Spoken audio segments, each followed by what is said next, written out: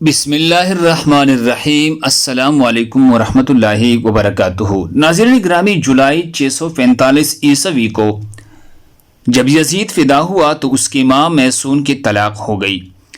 میسون اپنے بیٹے یزید کو لے کر اپنے قبیلے کلبیہ چلی گئی۔ کلبیہ قبیلہ ابھی نیا مسلمان ہوا تھا، جس کی وجہ سے ان کے رسم و رواج اور رہن سہن ابھی بالکل عیسائیوں جیسا تھا۔ چنانچہ اسی عیسائیت کے ماحول میں یزید کی پرورش ہوئی۔ یزید بچپن سے ہی بندروں کو پال کر ان سے کھیلا کرتا تھا۔ جب بڑا ہوا تو اس نے شراب پینا، شطرنج اور بے حیائی کے کاموں میں بھرپور حصہ لیا۔ آج کی ویڈیو میں ہم یزید کی بدترین اور عبرتناک موت کا ذکر کریں گے۔ پیارے دوستو، انتہائی مخالفت کے باوجود بھی یزید 60 ہجری کو تخت نشین ہو گیا۔ تخت پر بیٹھے ہی یزید نے مدینے کے گورنر عتبہ کو خط لکھا کہ عبداللہ بن زبیر، عبد الرحمن بن ابی بکر، عبداللہ بن عمر اور سیدنا امام حسین سے میری بیعت لی جائے۔ جب سب نے یزید کی بیعت کرنے سے انکار کیا تو یزید نے دوسرا خط یہ لکھا کہ نواسے رسول سیدنا امام حسین سے زبردستی بیعت لی جائے۔ اس لیے گورنر مدینہ حضرت امام حسین کے پاس آیا۔ اس نے کہا، یزید نے مجھے آپ سے زبردست بیعت لینے کو کہا ہے۔ جب حضرت امام حسین رضی اللہ تعالی عنہ نے دیکھا کہ اگر میں نے یزید کے ہاتھ پر بیعت نہ کی تو مدینہ میں قتل و غارت ہو سکتی ہے، تو آپ وہاں سے ہجرت کر کے مکہ پھر کوفہ کی طرف نکل گئی۔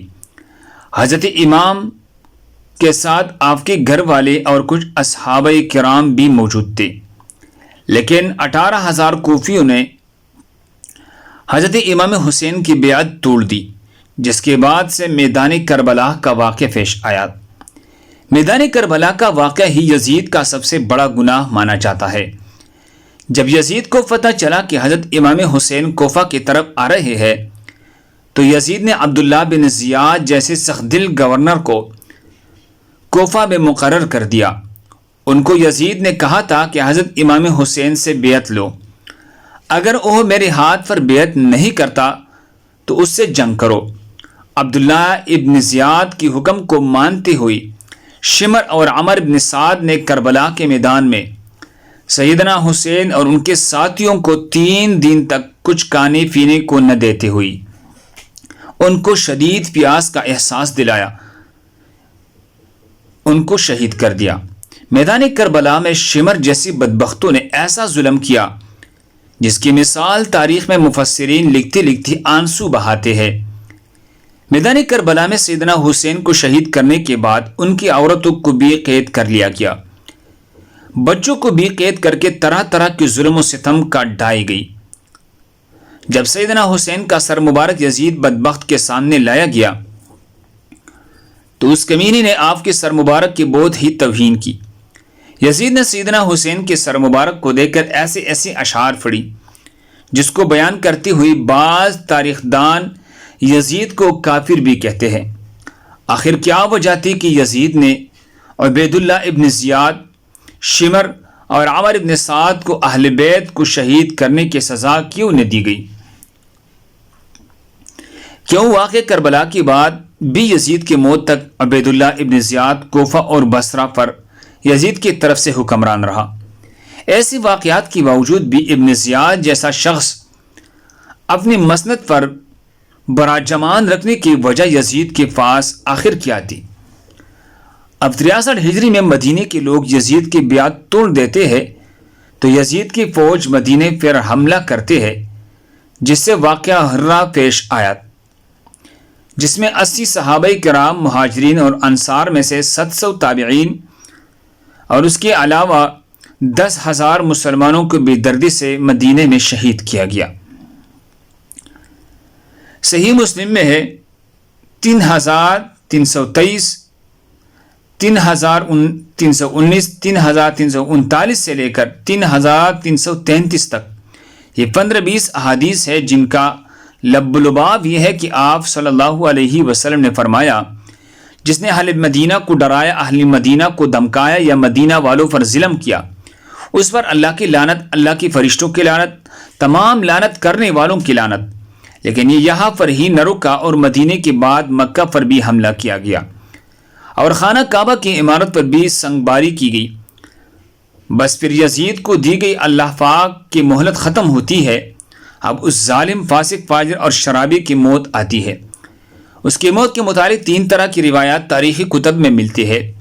اس کی موت کے بارے پہلی روایت یہ ہے کہ یزید ایک رومی نسل کی لڑکی پر فدا ہو گیا تھا۔ یزید نے اس لڑکی کے سارے خاندان کو قتل کروا دیا تھا، لیکن اس کے باوجود بھی یزید اس لڑکی کو حاصل نہ کر سکا۔ ایک دن وہ لڑکی یزید کے محل میں آتی ہے۔ وہ لڑکی یزید کو کہتے ہے کہ میں اپنی جان دے دوں گی، لیکن تیرے جیسے قاتل درندے کی محبت میں گرفتار نہیں ہو سکتی۔ ایک دن لڑکی نے سوچا کہ میں اپنے خاندان والوں کا بدلہ یزید سے لیتی ہوں۔ لڑکی نے یزید کو رنگ رلیاں منانے کے لیے ایک جنگل میں اکیلے بلایا۔ ویرانی میں یزید شراب پی پی کر مست ہو گیا۔ وہ لڑکی نیم اور یا لباس پہن کر یزید کے سامنے بیٹھ گئی اور وہ شراب پیتا رہا۔ جب لڑکی نے دیکھا کہ یزید شراب میں چور ہو چکا ہے تو اس کو بستر پر لے آئے اور پھر مستیاں کرتے کرتے یزید کی گردن کاٹ دی۔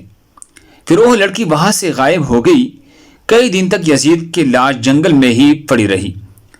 یزید کی لاش کو چیل اور کووں نے نوچ نوچ کر برا حال کر دیا تھا۔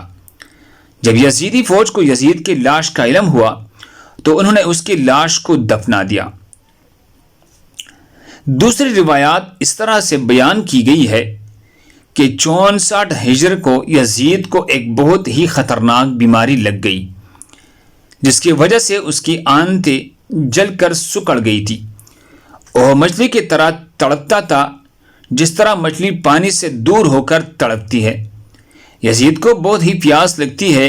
وہ پانی کا گونڈ اپنے منہ میں ڈالتا تھا، لیکن پانی اس کی گلے سے اندر نہیں جاتا تھا۔ اس طرح یزید 3 دن تک تڑپ تڑپ کر موت کی نیند سو گیا تھا۔ تاریخ کربلا صفحہ نمبر 345 پر یہ روایت موجود ہے۔ یزید کی موت کے بارے میں جو تیسری روایت ہے وہ کچھ یوں ہے کہ یزید بندر پالنے بہت ہی شوقین تھا۔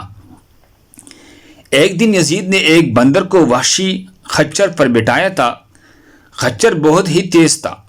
یزید نے بندر کو خچر پر بٹھا کر خود اس کی پیچھے خچر لگا دیا۔